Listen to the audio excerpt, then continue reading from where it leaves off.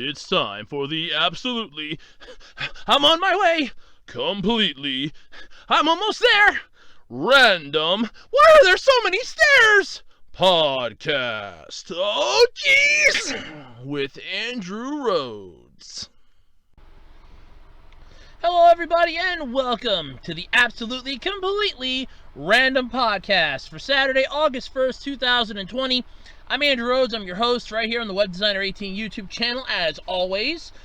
Kicking it off here, kicking off the month, finally, in August, my birthday month. Yeah, finally! I'm 31 this year. I'm old now. I'm old now. But I'm kicking off August. We're kicking it off well. So what do I got to talk about this week? Well, believe it or not, I have a good amount of topics. And a crap ton of noise courtesy of my neighbors. Somebody's apparently mowing or doing some type of outdoor yard work, and it's 7 o'clock at night. Seriously, I just don't understand people sometimes. Anyway, this week I'm going to be talking about Rent a Girlfriend spoofs real-world chastite relationships as absurd comedy. Basically, they're poking fun of the actual business of renting a girlfriend, wife, family, whatever. Hunter x Hunter topic is they're bringing Greed Island to life in a real escape game. And honestly, that sounds pretty damn cool.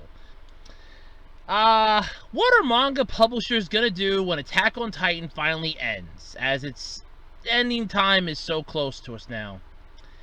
Hey, you know that series Tower of God, the anime series that I'm actually now so far behind on it isn't funny anymore? Yeah, turns out the director made a Rick and Morty short, and I did not realize that they were the ones that did it, and I love that short. There's a Sailor Moon game that touched hearts 25 years ago, and it was getting remembered this week. And believe it or not, I actually have a Death Note topic because there's something kind of interesting with the Death Note real-life secret compartment watch, similar to the one that Light Yagami had. Yeah, it's actually kind of cool. But all that, my usual dry sense of humor, this week on the absolutely, completely random podcast. But before we go into this any further, you know the song and dance by now. Come on, I gotta pitch myself here. ARHOADS-2012 on eBay. I have a wide variety of stuff for sale. I am trying my goddamnedest to get more stuff up. Believe me, I am. It's just a matter of keeping up my YouTube channel, and doing that, it gets taxing. And no, I'm not going to suddenly start giving other people stuff to do, because honestly, I'm a one-person operation. Me, myself, and I. It gets kind of lonely here sometimes, but it happens. So if you're in the market for anything odd, unusual, trading cards, DVDs, video games, what have you, check out my eBay page. That's ARHOADS-2012 on eBay. It's all lowercase. And don't forget, swing on by the official Web Designer 18 YouTube the official Web Designer 18 YouTube channel that you're on right now. Don't forget to subscribe to that. Swing on over to the Facebook page for the official Web Designer 18 Facebook page, and like us over there. I do update that when new videos go up. Don't forget, you can also shoot the shit with me over on Twitter at Otaku Rhodes. Links to the Facebook and Twitter can be found in the About Me section here on the Web Designer 18 page. And don't forget, hit the subscribe bar, hit the button, ring the bell, and stay up to date for all the fun stuff right here on the Web Designer 18 YouTube channel. Alright, so this is the part of how'd your week go, Andrew? And let me put it to you this way. I think I'm now in, week 2 of the heat wave from hell. And let me put it this way. I hate the heat. When you get heat exhaustion, even once in your life, you will become more susceptible to it. I hate the heat. God, do I hate the heat. All week has been like 90 degrees in my room. The humidity has made it ungodly unbearable. My shirt was drenched after doing the Q&A video on Tuesday. I sleep up here. I can't have my fan on when I have to go to work in the morning because I won't be able to hear my alarm clock go off. And yeah, it's just a lot of fun. And then on top of that, it's really hot at work. And then I go from the really hot part of where I work at out to the freezing cold floor that's air conditioned. And I swear I'm getting sick from that. And yeah, that's a fun little thing to have happen to you, especially right now, because I don't know if it's a cold or if I actually caught something serious, because, you know, I've been coughing a couple times. I have a headache that just will not go away. Yeah, I love this. Not to mention that somewhere in my neighborhood there is a dyslexic chicken. Or narcoleptic. No, I'm going to go with narcoleptic. It's not a chicken, it's a rooster. It's a narcoleptic rooster. Because it fucking crows all goddamn day. I got up. It was 2:15 in the morning. That damn rooster was crowing at 2:15 in the morning. Yeah, it's I'm going. Yeah, sorry. Narcoleptic. Narcoleptic was the word I was looking for. Okay, it is a narcoleptic rooster. Gotta be. That rooster has a serious case of narcolepsy.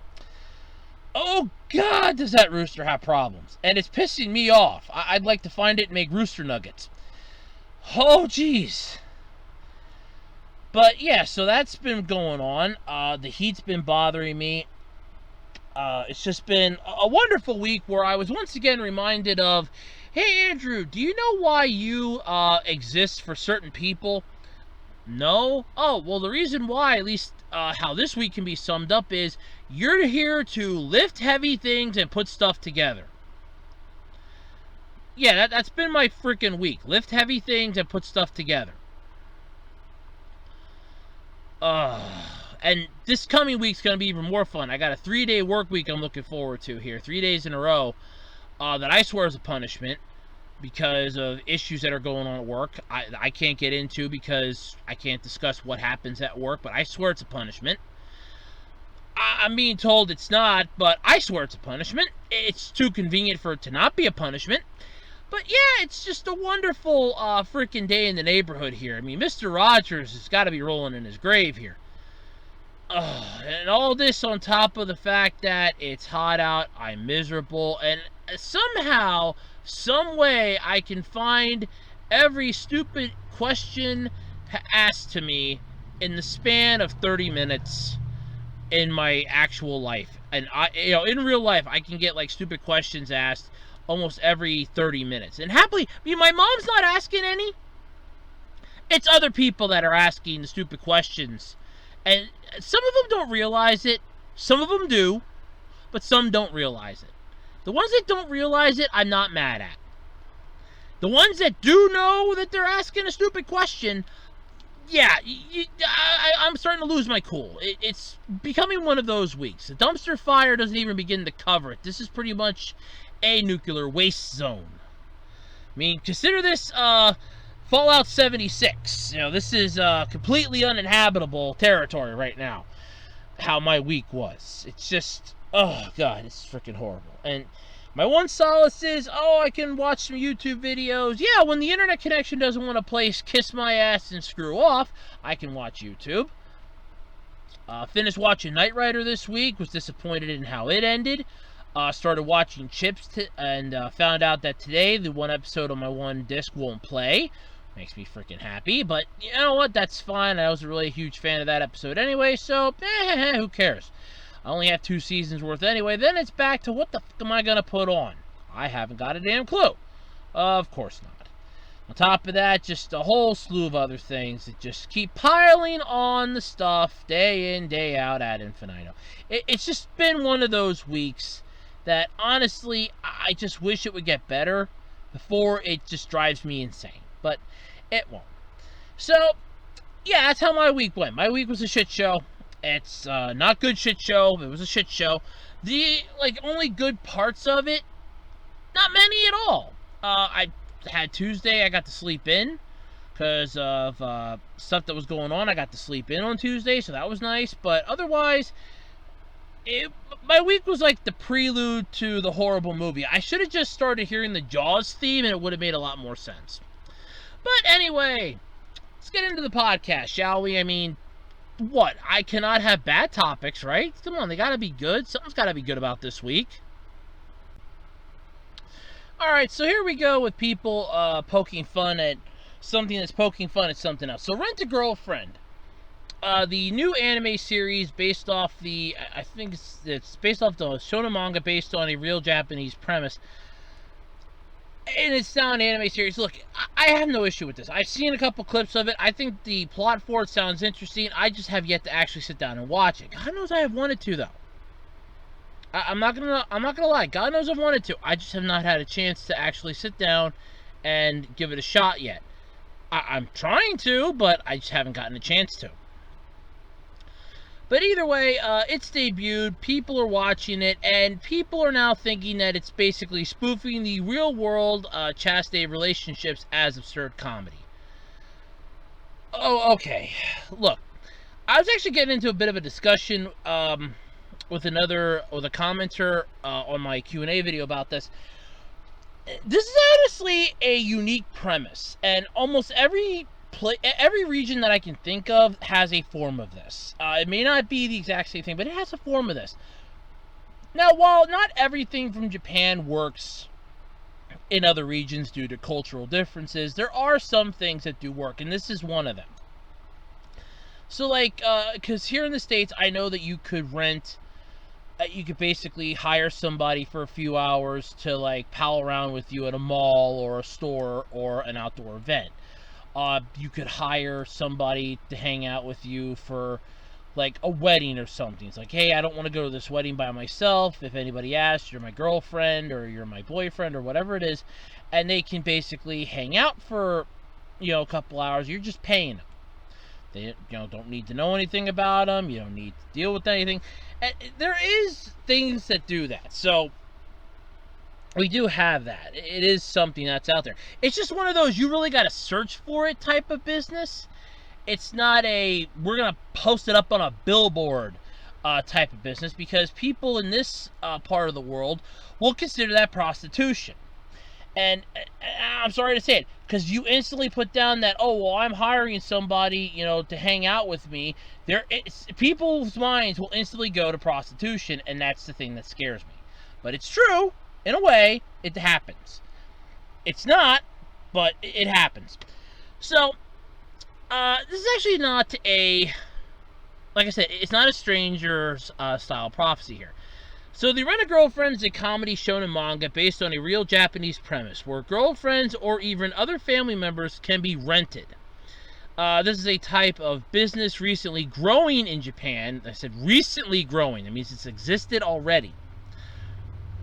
As a note at the beginning of the book explains, the note also explains that no, renting a girlfriend doesn't mean what you first think it means. Everything is... I'm mispronouncing this. It's C-H-A-S-T-E. That's a chaste. And the girlfriend is in control. Yeah, because they're the one that you're paying. It's not prostitution. They're just hanging out with you. Literally. You just want somebody to go to the movies with you, to hang out with you, to not make you feel alone and miserable. Can't even talk right now. Before this, there were things that were called video girls. And if you ever watched the review of Video Girl I, okay, there's an OVA that's called Video Girl I. If you ever watch that, it's basically exactly that. Where people would buy a VHS tape or beta, depending on what era it was, and they will take it home, they will watch it, and what it basically is there's a recorded video on there, and that's supposed to be your, girlfriend, your video girl. That's supposed to make you come home, and you're going to get excited because you have somebody to come home to and talk to.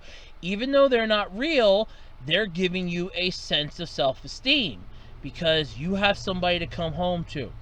It doesn't matter if they're real or fake. I mean, there are apps that have the same similar feature. You want a prime example of this? Look at the movie Her with, what the hell was the guy's name in that? What was it, Joaquin Phoenix? I think it was Joaquin Phoenix was in that. I think Scarlett Johansson was the voice. But that's a prime example of this. So it's not one of those, oh, here, it's a weird oddity sort of deals. No, it does exist. There is a real market for this. It's just gone from, oh, now it's just a videotape you have in your home, to, oh, look, you can have an app for it on your phone, to, hey, look, here's an actual physical person. So it has evolved over time. And like I said, it is recently growing. So this is a huge thing. I mean, there's no sex involved, so it's not prostitution. It is literally just you're paying somebody to hang out with you for 2.5 to 3 hours or less. Like, hey, you could want somebody because you have to go to a company picnic and you don't want to seem like a loser. Not a problem. Rent a girlfriend or rent a boyfriend for a couple hours. They'll hang with you, and they don't need to know that. Nobody there needs to know that you rented something. That's perfectly fine. They'll just assume the illusion because they will basically think that, oh, wow, they just kept it a secret all this time. And that's it. So there is that. The premise of this, though, is a 20-year-old college student, Kazuya, gets his first girlfriend only to be dumped by her a month later. Which, I'm sorry, that is a cheap-ass move right there.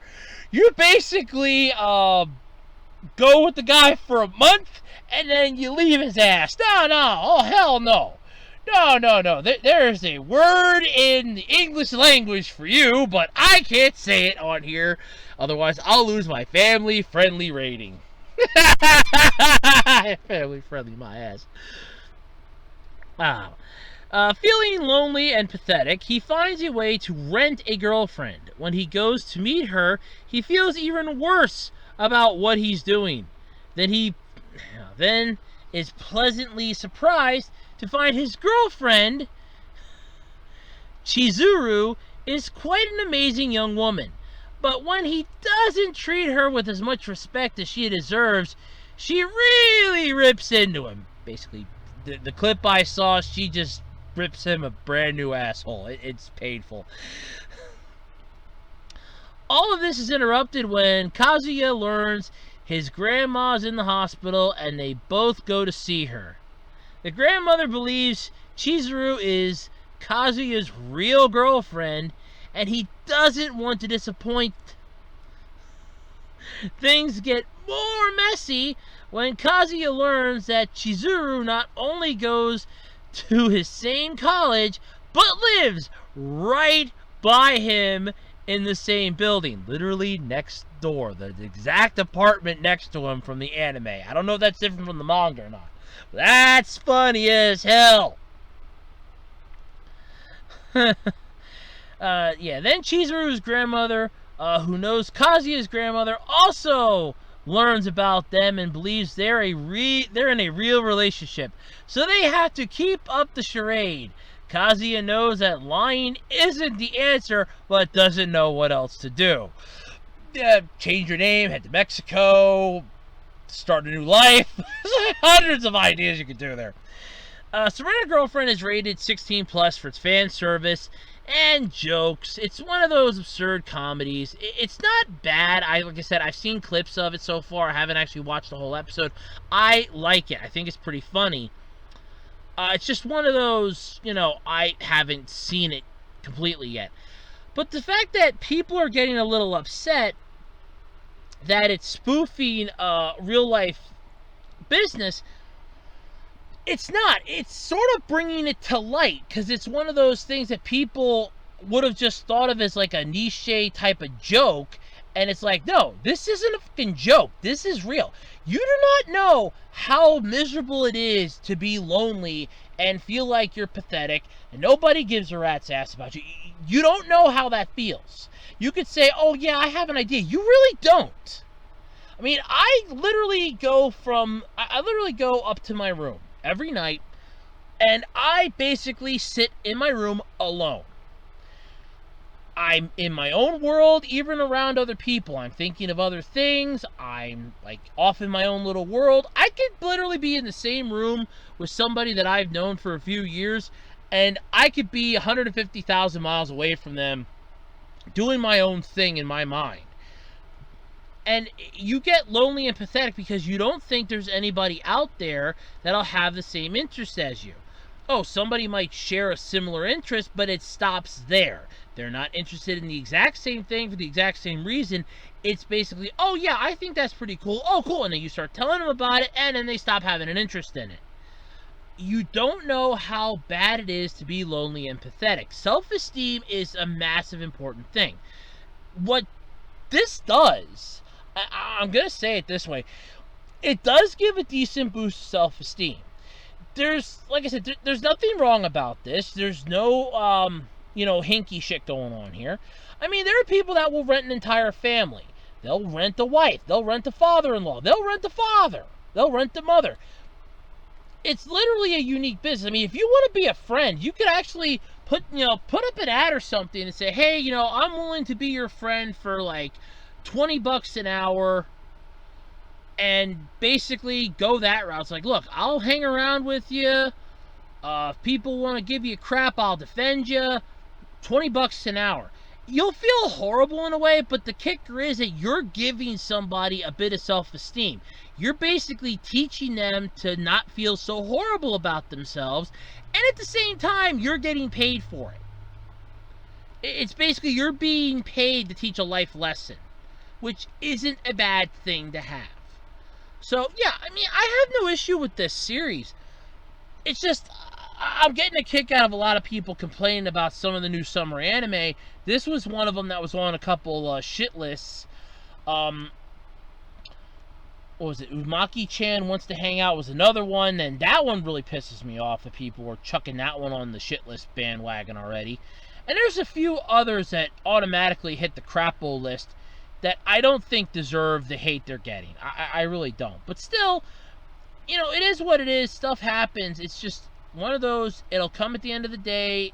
Depending on what happens. Still, I like it. I think it's a good show. From the clips that I've seen anyway, I think it's interesting. I haven't seen a whole episode yet, but it's on my list to watch. It really is. If you get a chance to watch it, or you have, let me know in the comment section below if it was good or not.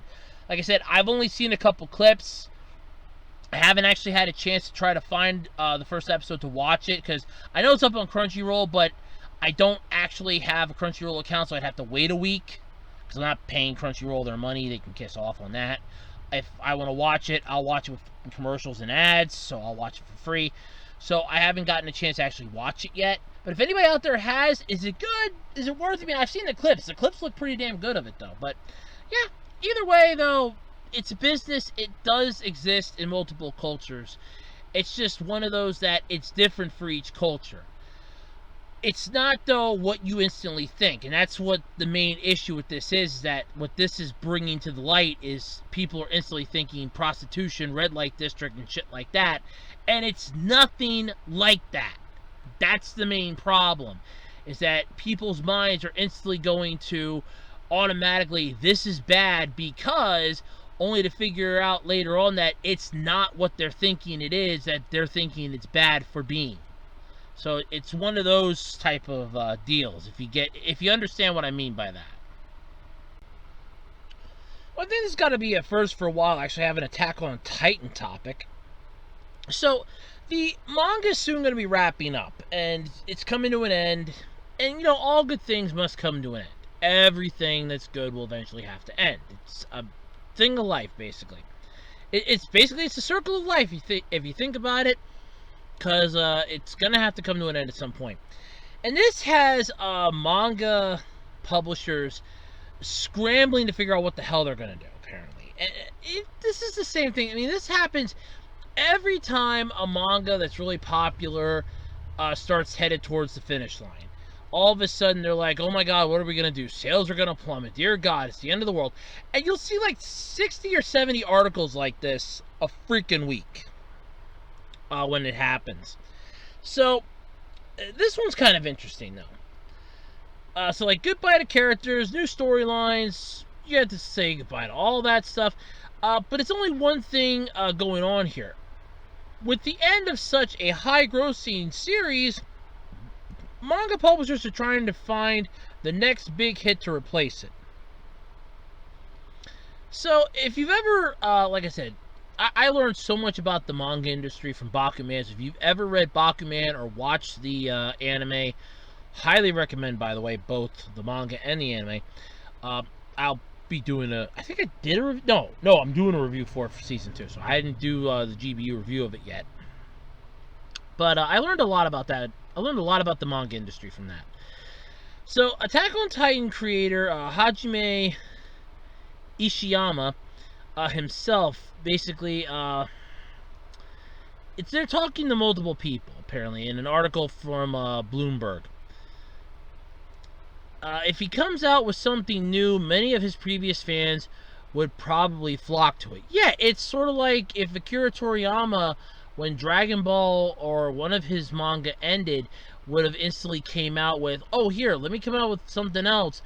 The fans will just gobble it up for a while, and then you just have to do the whole song and dance again of making it really popular.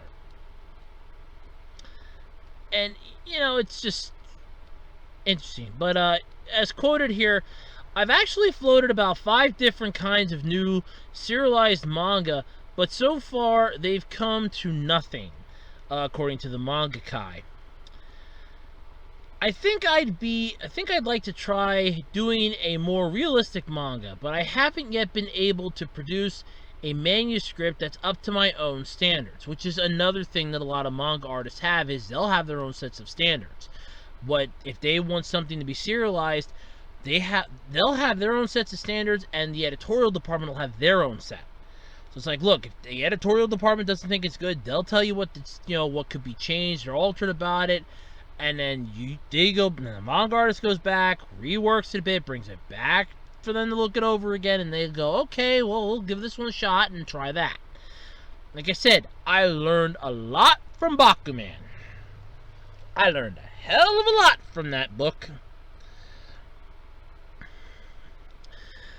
His publisher, though, Kodansha, has been suffering financially before Attack on Titan was picked up. Yeah, they're not one of the top 5.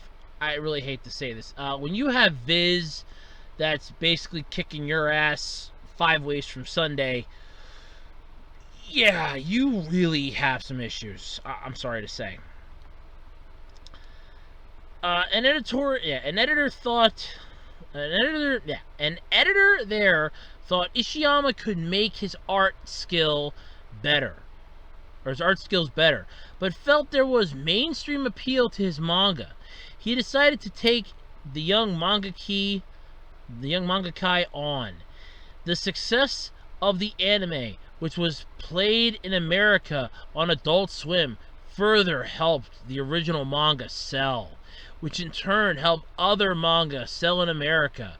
In his own way, Ishiyama ended up expanding the manga business as a whole.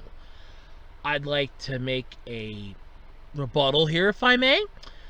If you have any series that is extremely popular, and I mean one that has a massive cult following, that basically bang their heads on a table until season 2 drops, it will become popular. They will flock to read the manga. You want a good case in point? How many people bought Naruto manga? I rest my case. So, this is interesting, though. You're talking about a crazy Japanese show that's drawing as big an audience as Family Guy, which is one of the biggest hit cartoons in the U.S. in the last 20 years. I would like to beg to differ. Because Family Guy, I kind of want to beg to differ on that, if I may. I mean, that statement seems a bit blanketed to me, and biased, if anything, but that is way off there. No, seriously, that's like way off. And that was Jason DeMarco, Senior Vice President and Creative Director of Adult Swim. Dude, you're pitching your own shit here. Oh, wow, okay. I was like, wait a minute, Jason DeMarco. Oh, son of a bitch. Oh, there goes some of your street cred. Oh, Dude, hey, come on, you're the senior vice president! You should know better than to say that! Come on!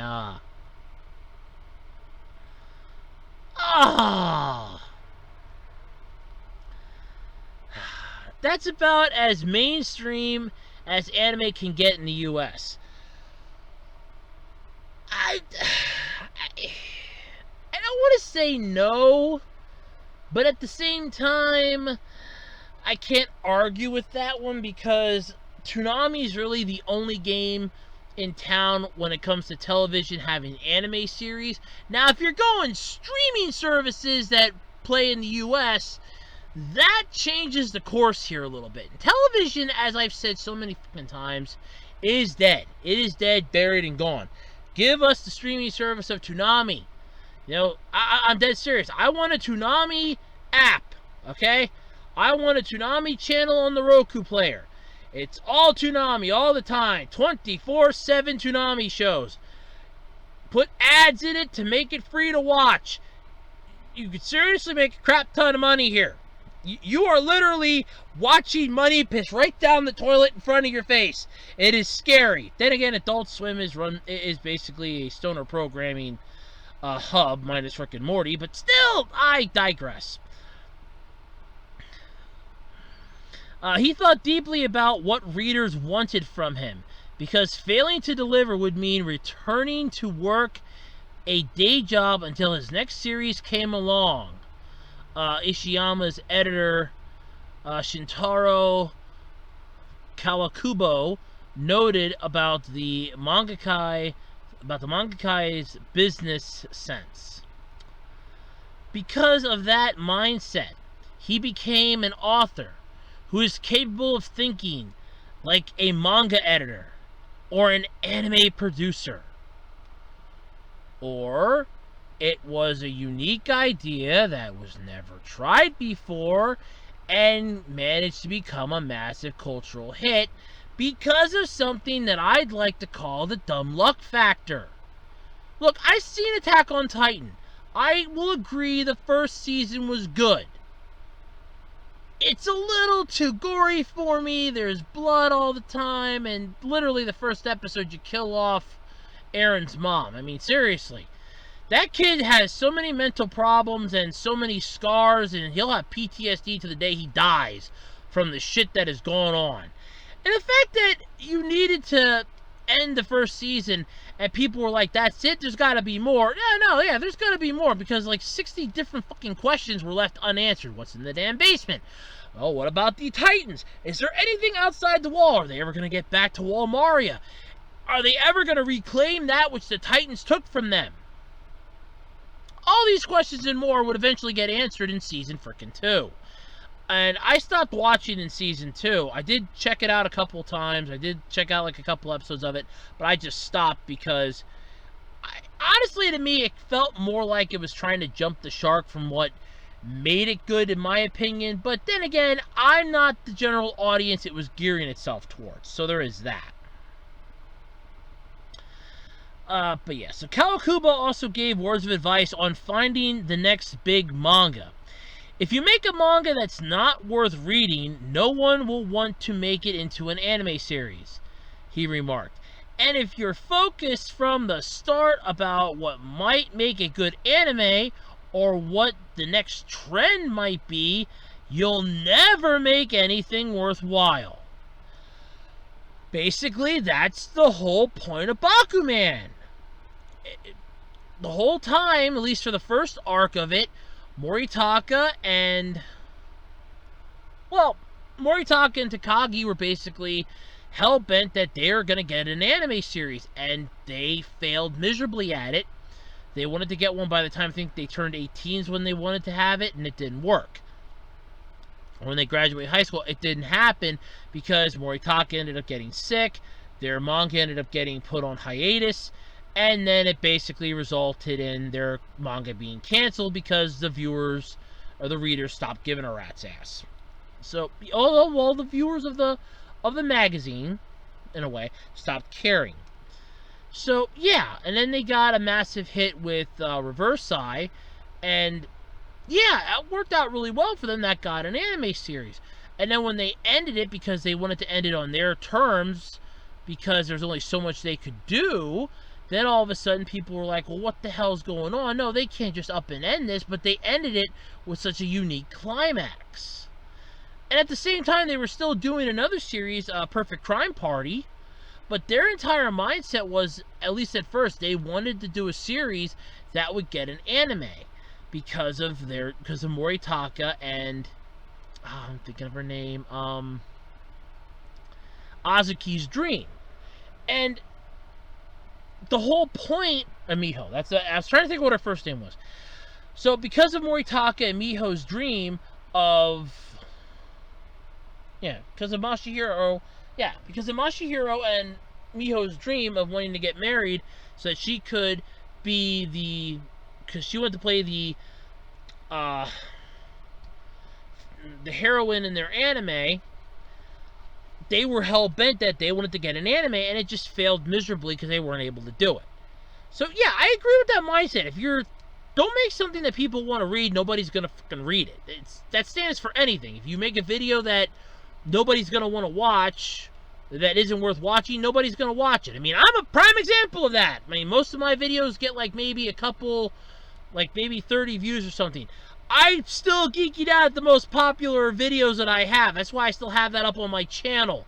Because I just stare at that sometimes and go, how did I manage to do that? Trying to figure out how to catch lightning in a bottle again. Because obviously I did something right. But yeah, if you make something nobody wants to read, nobody's going to read it. And if you're making it with the mindset that you're not going to put your whole heart and soul into what the people are going to be reading, but you're more concerned about how you're going to make it into a kick-ass anime series, nobody's going to give a rat's ass because then the quality is going to suck. So it is a very delicate system, and it's a true delicate system. But I just get a kick out of this because it's one of those, once again, here we go. Every time a popular series is about to end, oh my god, what are we going to do? We're not going to have enough views. People are going to stop buying our shit. Yeah, it happens. It's called the ups and downs of business.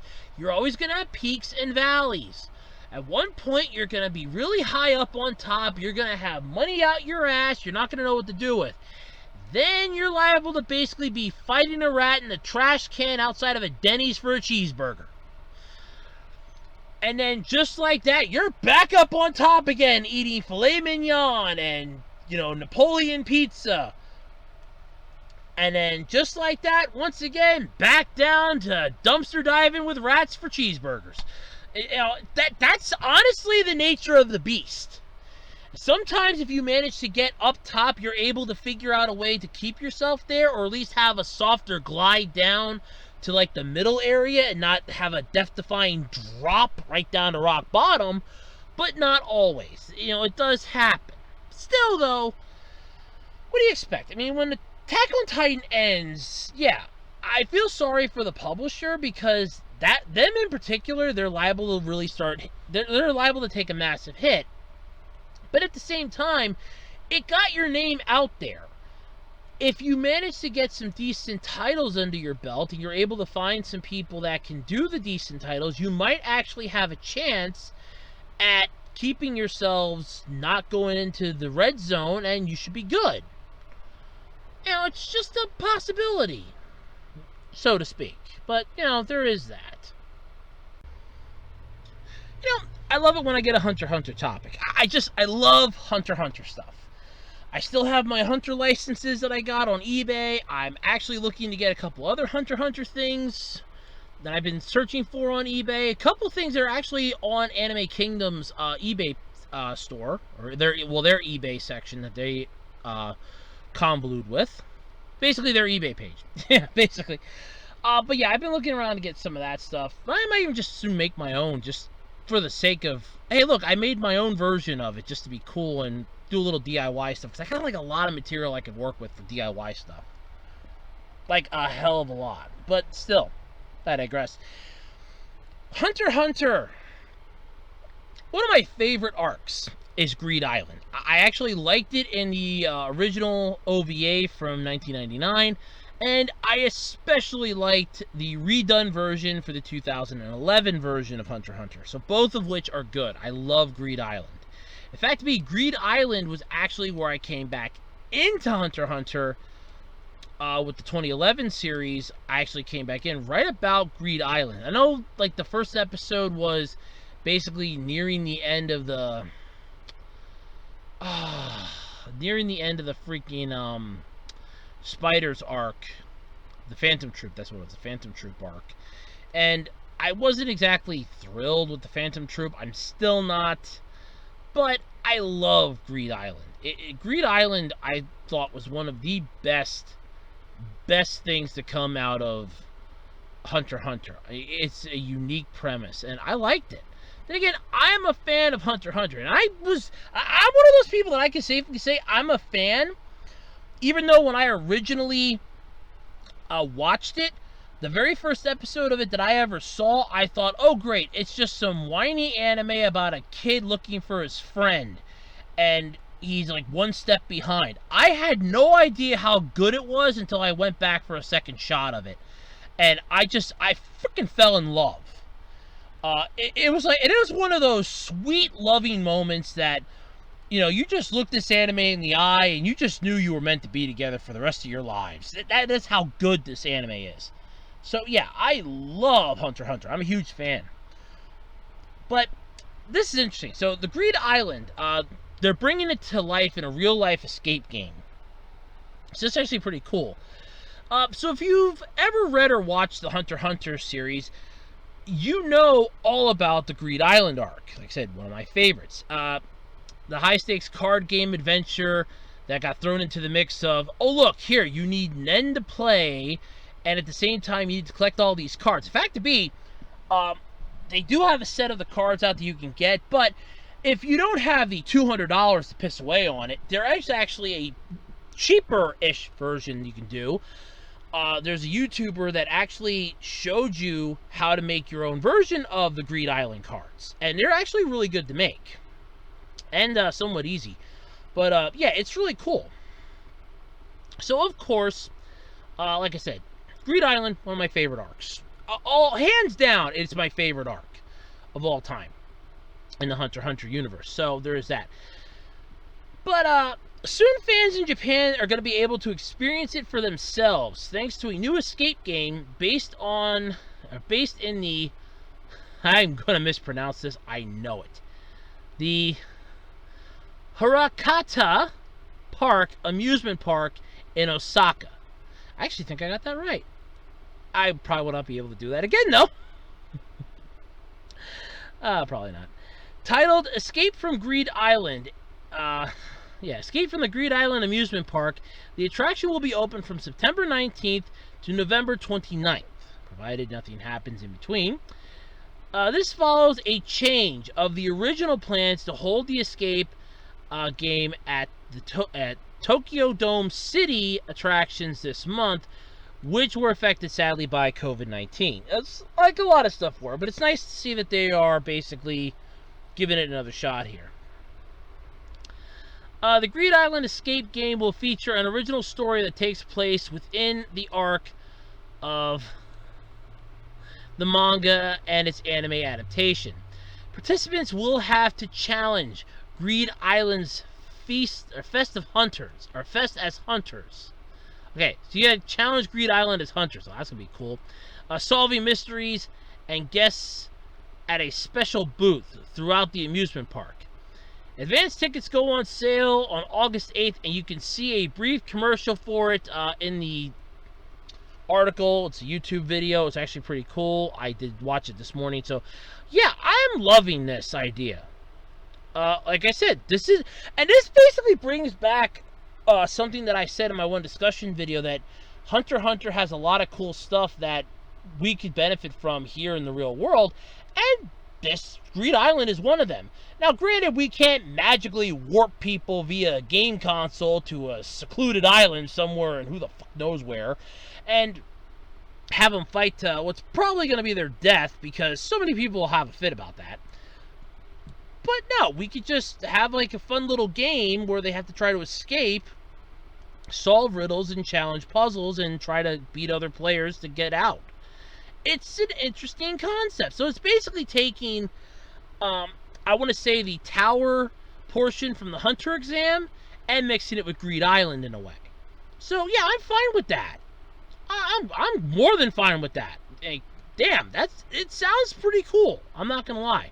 So if you find yourself over in Japan, or you know you're going to be taking a trip over there because, hey, you're tired of being here, or you live in Japan and you'd like to give this a shot, it will be happening, like I said, from September 19th to November 29th. So it's a good 2 months, 10 days. So that's not bad. And tickets are going to go on sale August 8th. Advanced tickets go on sale. So yeah, check it out. I mean, there's liable to be prizes, I'm assuming. I mean, it's a game in a way. There's liable to be prizes, which will probably find their way up on eBay. I wouldn't freaking doubt it. Like, all of a sudden, you'll be there, and somebody will win, and then 3 days later, oh, look, their prize is now up on eBay. Gee, I wonder who could have seen that coming. Like a mile and a half away, baby. But no, this does sound kind of interesting, I'm not going to lie. So, yeah, it's got my attention, if anything. Still pretty cool, though. I can't argue with that. It is pretty neat. Alright, so 25 years ago, you know, when I was 5 years old, and 5-year-old me basically thought the Power Rangers were completely real, and that TV could be seen in multiple rooms, that basically if... I'm still thinking that, I think a little bit at 5 yet, that if I was watching one channel in one room and my mom had had the same channel on and another TV in a different room, she could see what I was doing. Yeah. Let's go back 25 years ago. Because 25 years ago, there was a Sailor Moon game that came out, blew people's minds, became a massive success, and Jesus, so many people loved it. So back in 1995, that's 25 years, Magical Girl fans in Japan had the chance to dive into the world of their favorite series, Sailor Moon, as another story was released for the Super Famicom. For those of you that don't know what that is, that's the Super Nintendo, the Japanese version. Yeah, the Super Famicom. Oh, I think that was the Super Nintendo. Yeah, I think they might have had their own version, but I'm pretty sure the Super Famicom was considered the Super Nintendo back there, too. So either way, it was for the Super Famicom, basically. Filling the space between what would become the S and Super S seasons of the original anime, which honestly, I get confused which one was what anymore. I just remember when it aired on Toonami, it's like, new Sailor Moon episodes are coming Monday to Toonami. That's all I remember. With all the Sailor Guardians by your side, you fight the... oh god, I can't believe this. The Usd Guardians, a new group of mysterious soldiers who appear tied to our heroes in some way. Basically, they're opposites. It's in the fucking name. Seriously. Sadly, there was never an official Western release, but thanks to devoted fans, Sailor Moon Another Story reached an overseas fan base. And even though its creation wasn't smooth sailing, it continues to bring joy to fans over the decades. Well, of course, because there's emulators. People can emulate this shit now. Probably could do it back then too. It just took a hell of a lot more than it does now. The game interface will be familiar to JRPG lovers, and the story is full of familiar faces, both good and evil. But the baddies terrorizing Japan this time around are a whole new breed. They hail from Crystal Tokyo and share more than a passing resemblance to our heroes. These are the aforementioned Usd Guardians. Their goal? Wipe Sailor Moon, her friends, and their influence from history forever. Leave Sailor Jupiter alone, but go for the other ones, be my guest. That's where I stand with that! Ah, wow. It's actually, it seems like it's a pretty good game, especially for the genre back in the 90s. there's like a cutscene here where Sailor Moon's obviously seeing her older self, which that was the one thing I never understood with the whole Sailor Moon franchise. And anybody out there that has listened, or has listened to my podcast before and has seen Sailor Moon or knows more about Sailor Moon than I do, please, for God's sake, explain this to me. Because I have seen the original one, and every time I think of the original Sailor Moon series, all I hear is the theme song playing constantly in my head. Okay? And I mean the deep dub of the theme song. It plays nonstop in my head. How in the hell was... I'm going to say this. Was Unagi, or Serena as she was known here in the U.S., how was she the Moon Queen? But yet she existed in this version here. Of course, you could easily say time travel, which is what I'm assuming it was, because you have what is effectively her daughter coming back into the past to spend time with her then younger mom, which that still confuses me for some reason. I don't know why, but it does. And what the hell was Tuxedo Mask's role in Sailor Moon? What the hell did he accomplish? The man did nothing. He brought nothing to the table. I mean, there's a fight. It's like, oh, well, Tuxedo Mask will save us. Tuxedo Mask can't even handle fighting off a single enemy. He ends up needing help. I cannot figure out what Tuxedo Mask does. What was his purpose? Did he even have one? Was he just there for cannon fodder? God, please, somebody explain this to me. So, this is really cool here. But either way, there's always the whole, like I said, there's an English language patches for the ROM. Last year, a polished localization was released, but we are never going to be getting a legal release of this game in the States. That's never going to fucking happen. Jesus Christ. But there was a polished localization that did get released with more than 400 changes between the original patch and the new one by fan group Bisujo Senshi Translations. It got another upgrade last month with further revisions and polish. It's unlikely Sailor Moon Another Story will ever see the light of day as an official release, even in the age of stream downloads. But if nothing else, fans are keeping the love alive, just as they did literally decades ago by playing the game that brought them together, and where they were probably all chanting her phrase, "By the light of the moon, she will punish you." And now I'm going back to that Sailor Moon condom again. No, I'm sorry. That is the funniest thing that has ever come across this podcast. Nothing is ever beating that. I'm sorry. There is no topic I will ever find is going to beat that Sailor Moon condom. Okay, nothing. Nothing will ever find that. Nothing will ever beat it. But yeah, I have no issue with this. With games like this, it is pretty cool to see that there's still a fan base 25 some years later. Because I was actually enjoying the fact that today, August 1st, is actually the anniversary of Golden Sun. And a lot of people online, I started following a lot of Golden Sun Twitter accounts, and a lot of them were posting up, and I'm like, wait a minute, that's honestly today, and I had to quick double check and look it up. I'm like, oh my god, it is. So I, put in my 2 cents.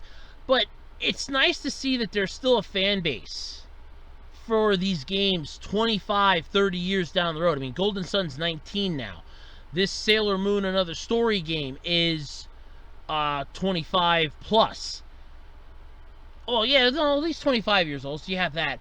You have older games that are still finding love yet with either the same people that played it for nostalgic value or for the newer people playing it because it looks retro, and retro's the in thing right now. Either way, it's still pretty cool that we're getting these games and there's still a fan base for them years after they ever, premiered.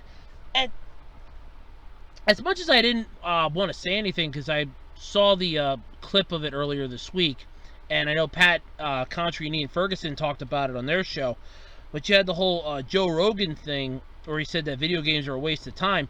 Obviously, they're not. If you can have a fan base, and it's like nobody's going to remember you like 20, 30 years, you're still going to be in the same place. Obviously not, because you're going to have fond memories of something that you did 25 years ago. If it's this, like, oh man, I played this really great game so many years ago. It was really cool. It was a lot of fun. I mean, I had a lot of fun playing a lot of old computer games. I mean, I played Lego Island. I still remember the fond memories I had playing that game. I played Chex Quest. I remember fondly playing Chex Quest. I still remember my favorite weapon, which can be found on level 2 on the 2nd floor. And once you get that, it's pretty much kicking ass and taking names. Then you find the BFG in a secret compartment on level 2, and then you're owning that game. Nobody's stopping you then. But still, it's an interesting and very cool thing that you're able to still have something 25 years later, and it still has a fan base. I mean, everything has that, and everything always will. So there is that. But still, it's cool. You have the fan translations, which is better than nothing. You're gonna have emulators, which are basically fan translations in a way, because if you think emulators, the first thing I always think of is they're not the official release; they're an illegal release, because the company can easily shut it down with the C&D. But still, the fact that you're able to basically, have it, that's still all that counts. And if it's something that's this old, if you're playing it via an emulator, that's perfectly fine because it's old. It's probably rare as hell trying to find a copy of it. Then on top of that, did the copy survive, the test of time? There's your other issue. I mean, finding a Super Famicom system, that's another challenge in itself. But the main question is, did this game survive the test of time if you'd have to search for a copy of it? If the answer is no, then you're shelling out some decent money to try to get yourself a better copy. And if the answer is yeah, it survived, well then you're lucky. If it didn't survive the test of time, you're shelling out some pretty big cash. So I think it's pretty cool, especially reliving something that's 25 years old that brought so much joy to people. I think that's really cool. You will never hear me argue that a nostalgia trip like that is a bad idea. Never. I mean, I do it for Golden Sun. I do it for a lot of the stuff that I played as a kid. I mean, I loved when I got to play video games as a kid. It brought so much joy to me. I wanted to be a video game designer, but of course I was told no. But either way, that's for a rant video. But yeah, it's, I enjoy when people find joy in something. It does show that there's some goodness left in the world, and that's honestly something that should be cherished.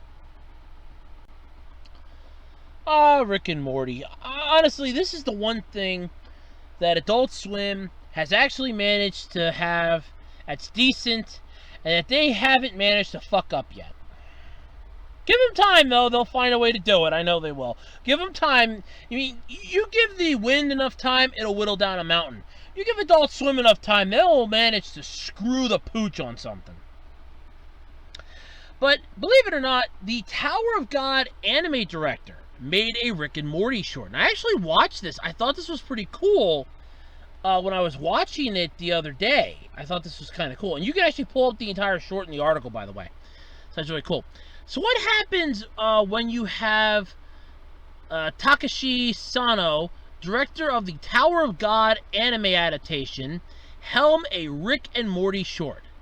Thankfully, Adult Swim came through to answer that question during this weekend's Toonami block. This would have been last weekend, by the way. Because this came out, 26th. This would have been last weekend, so there's that.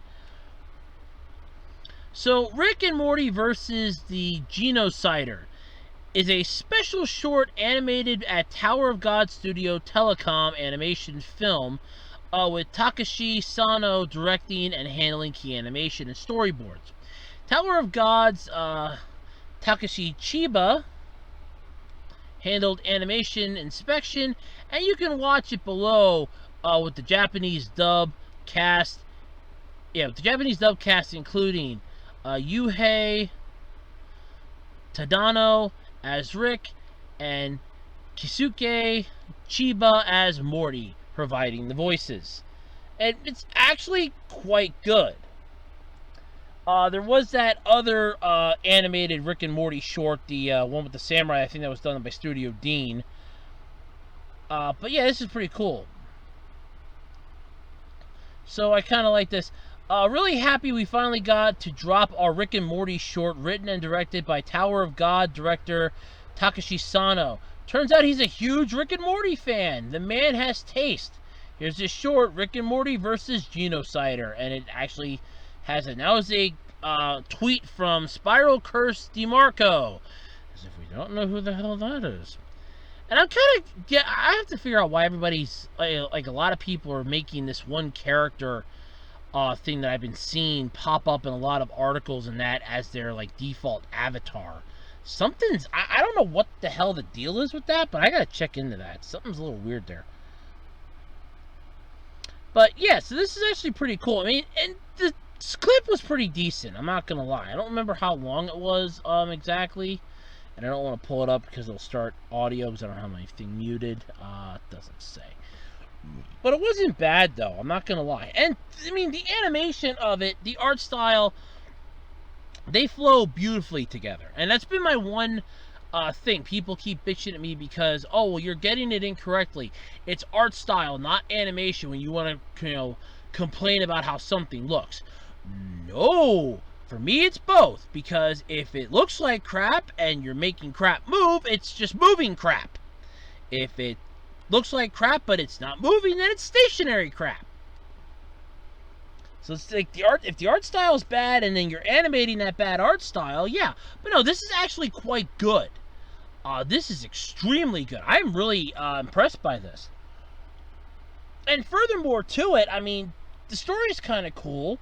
This beats that SpongeBob anime thing, which last I heard was actually removed from YouTube. So I mean. It's one of those things, I was kind of on the fence about that when I heard about it. That SpongeBob anime series was removed from YouTube. I was kind of on the fence. I'm like, on the one hand, I was really happy it was killed off and taken down. But then on the other hand, I found out that it was actually made by somebody that put their heart and soul into it. And it kind of made me feel a little heartbroken that, you know, they kind of got unjustifiably screwed. But at the same time, I was excited because SpongeBob was taken down. I don't know where to throw my alliance on that one. I mean, I kind of want to feel like, yay, SpongeBob was taken off of YouTube. The anime SpongeBob is done. But then at the same time, it's like, oh no, it was killed off. But if you want to check out this Rick and Morty short, I highly recommend it. It's really good, especially for what it is. But still, I mean, it's not bad. I mean, as far as like shows nowadays would be concerned, a lot of people would be like, okay, this is one of those weird shows, or okay, no, I don't like this show.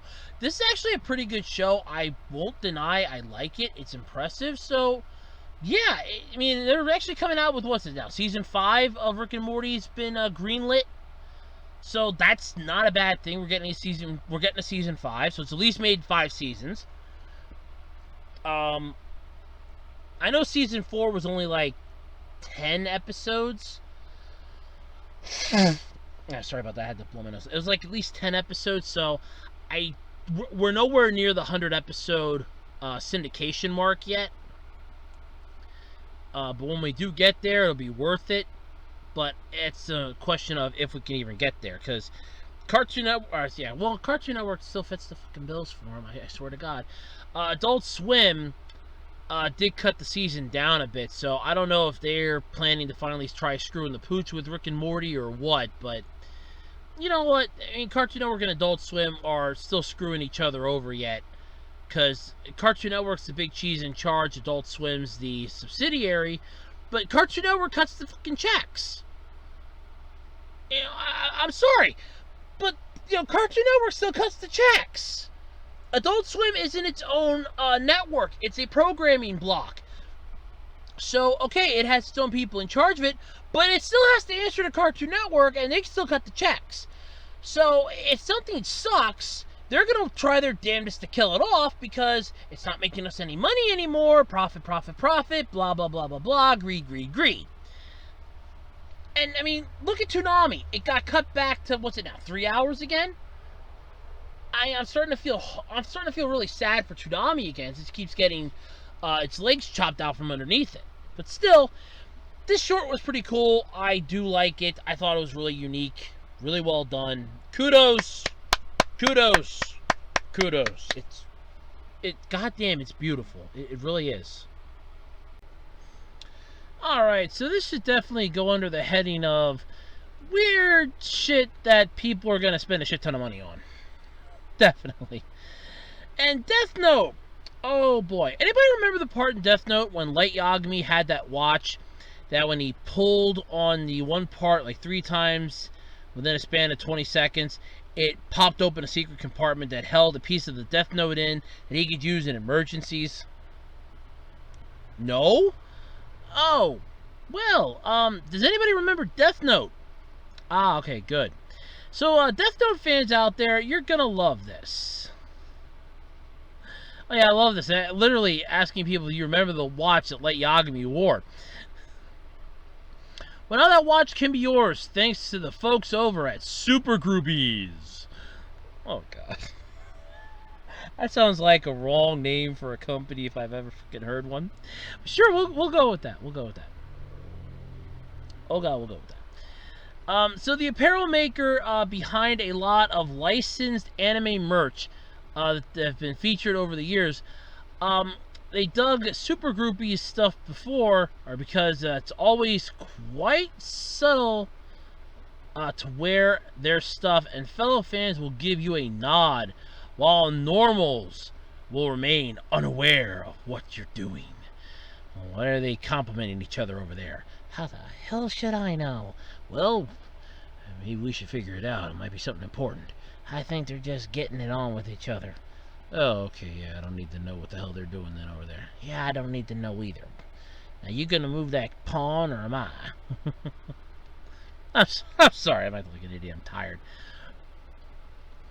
But this is pretty cool. But that goes double for this Death Note watch, which doesn't give itself away until you slide out that secret compartment.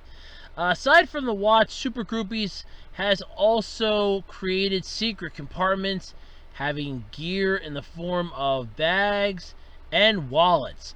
All the items are up for pre-order now and will ship sometime in November. It just says in November, but I'm assuming sometime in November. But wait, you've never seen Death Note? Yeah, it's not that difficult to have never seen Death Note. Honestly, it's a series you could skip and not really miss anything. Not gonna lie. But here's basically the general plot synopsis courtesy of Viz. Light Yagami is a genius high school student who is about to learn about life through a book of death. When a bored Shinigami in the god of death named Ryuk drops a black notebook called a Death Note, Light receives power over life and death. With a stroke of a pen, determined to use his dark gift for the best, Light sets out to rid the world of evil, namely the people he believes to be evil. He eventually becomes a being known as Kira over in Japan and in the anime, and eventually we learn more about the Death Note, we learn more about Light's past, and there's an entire thing. I plan to review this. I don't have much good to say about it, but I do plan to review it. I'm not gonna lie, I mean, it's fine, but if I'm gonna be honest with you here, it's one of those meh kind of things for me. But still, it's alright. But anyway, if you're, I mean, I don't even know how much. It's a pre-order. Okay, here we go. I can actually pull up. Please tell me this is going to be like an arm and a leg. Well, time to see how much the pre-order is, boys and girls. Let's see how much of your hard-earned money they want to take out of the Otaku Wallet Fund. You know, because we Otakus are just rolling in dough all the time. Let's see how much money they want to take from our wallets this time. The First National Bank of Otaku is about to have a massive withdrawal. Okay. See anything yet? Oh, because it didn't translate the damn page and I can't read kanji. Oh, come on! Page cannot be translated yet because it keeps trying to load up the page. Now, translate.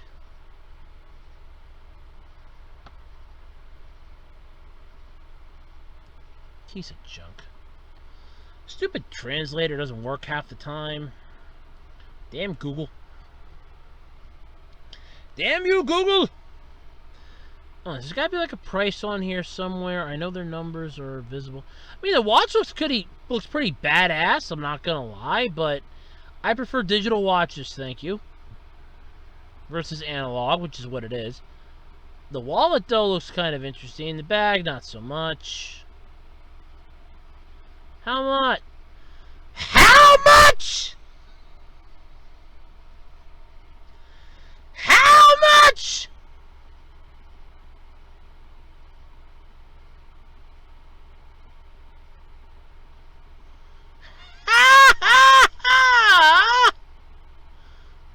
All right. All right. I'm all right. Google, I want you to translate this shit for me. Yes, translate. All right. Gotta love Google Translate. Here we go. Okay. Oh, Jesus. Jesus Christ.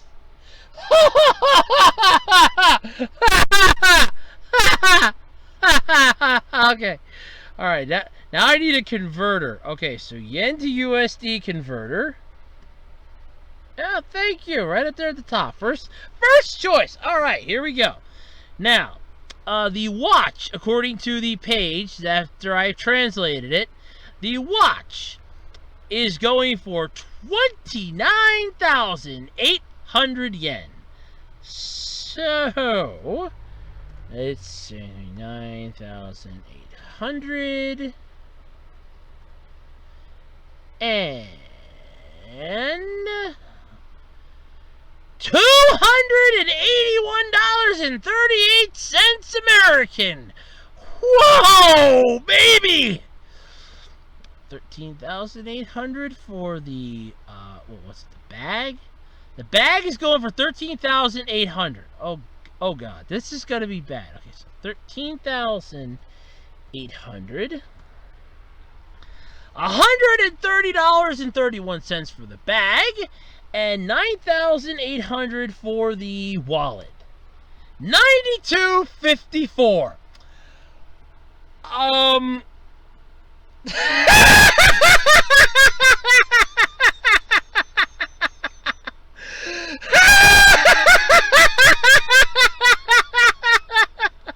Yeah, you got some balls there.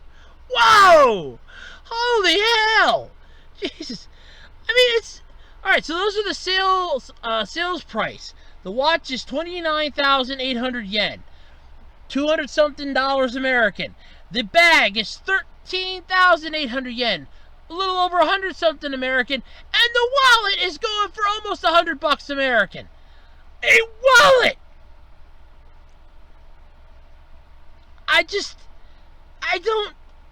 have no words. No words can describe what I'm feeling right now. It does not, no. Oh my god. So the reservation period was apparently from July 20th, 2020, January to August 11th, I can't even read what the hell it is. It's just not making any sense. But dear God, you're insane. The delivery schedule. Oh, delivery schedule. Okay, here we go. The wristwatch around the beginning of January 2021.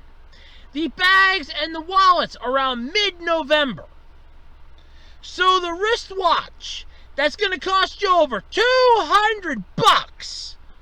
Wait, I'm sorry. Let me double check that. Was it $2,900? $280. It's almost a $300 watch. Let's go and price on a Rolex. No. What is the fucking going price right now on a Rolex? Hold on. Rolex. What is the going price on a Rolex? Oh shit. Okay. A pre-owned, what is that? A pre-owned Rolex is going for about almost a little over $4,500. Sweet Christ.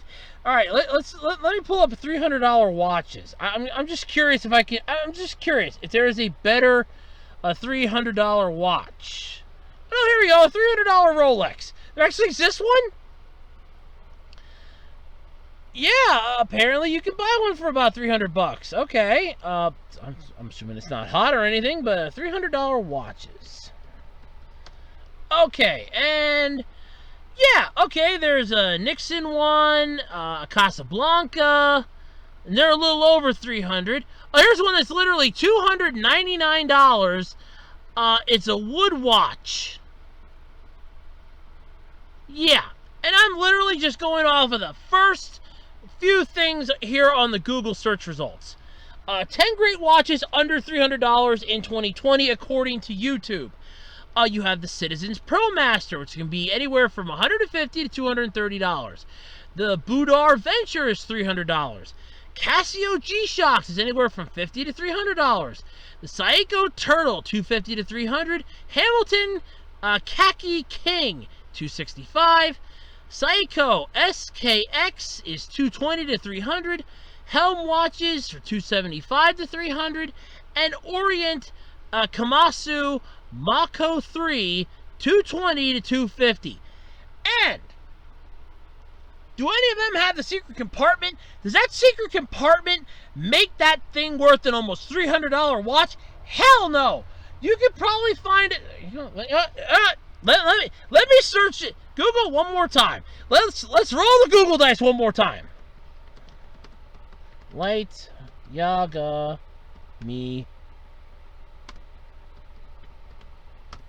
Making the Light Yagami watch Death Note.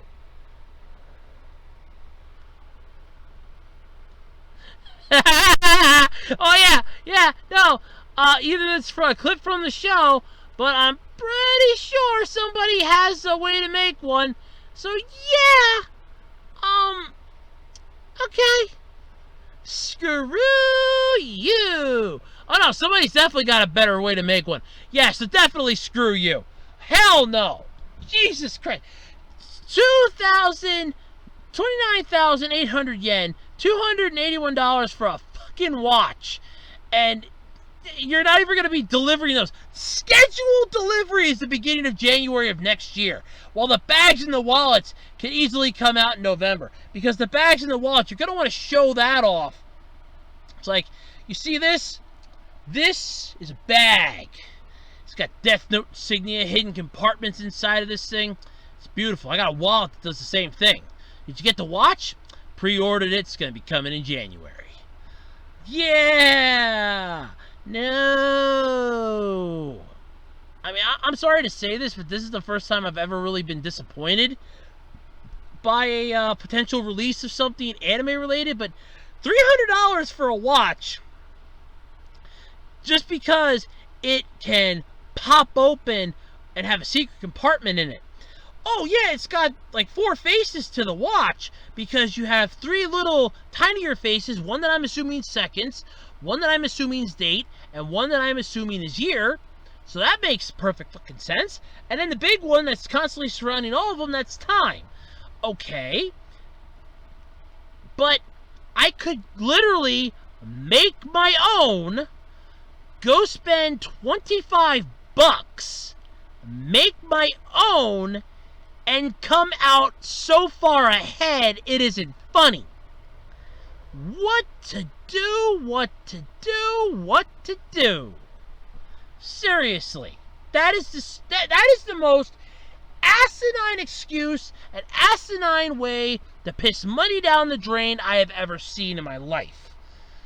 Oh, God. I like when anime stuff comes out, like accessories and that were in the show that people or a company has made, but that is astronomical. I'm willing to bet they probably just had like a bunch of excess watches of a certain type laying around in a warehouse.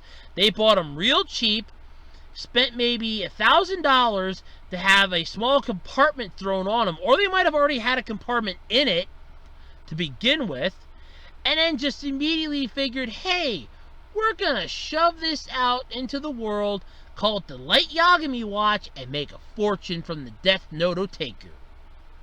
Bastards. But oh my god. That's why I'm like, gee, I wonder how much a fucking Rolex is going for.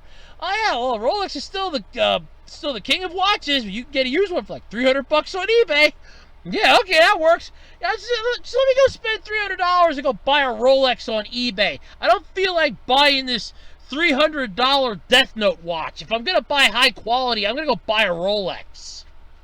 At least I know the Rolex will go up in value. I mean, Death Note watch here, somebody could go, yeah, this thing is crap, do a review on it, and just like that, the value of it plummets to nothing. Rolex, screw this. All I gotta do is literally put you in a drawer, never touch you, never let you see the light of day, and fuck, you'll be like 6 times worth your value in 2 years. Yeah, that's an easy no-brainer. Oh, God, that's sad. Alrighty, everybody, that's going to pretty much do it then this week for the Absolutely Completely Random Podcast. As always, I'm Andrew Rhodes. This has been the Web Designer 18 YouTube channel. And oh, that's right, I'm forgetting something. I know I promised this in the Q&A video that I put out on Thursday. So, the deadline for the August Q&A video. See, I didn't forget about you. Believe it or not, I am shooting the deadline to be August 24th, 12 a.m. Eastern Standard Time. So basically, you have 22 days from when this video goes up to pretty much get your questions submitted. See, I put it at the end, so you actually have to listen to the whole podcast in order to actually find out. Ha! So anyway, thank you all for tuning in this week. Make sure you have your questions in for the August Q&A video by August 24th at 12 a.m. Eastern Standard Time. I am looking forward to answering them. I'm looking forward to the questions I get this month. And until next time, I'm Andrew Rhodes, and this has been the Absolutely Completely Random Podcast. I'm checking out. I'm getting tired, and my eyelids are getting kind of heavy. Bye-bye, everybody. Stay safe, stay calm, stay cool if you're in the freaking heat like me. And as always, I'll be back next week with more topics, more insightfulness, and more laughs at my expense. All here on the Absolutely Completely Random Podcast. Bye!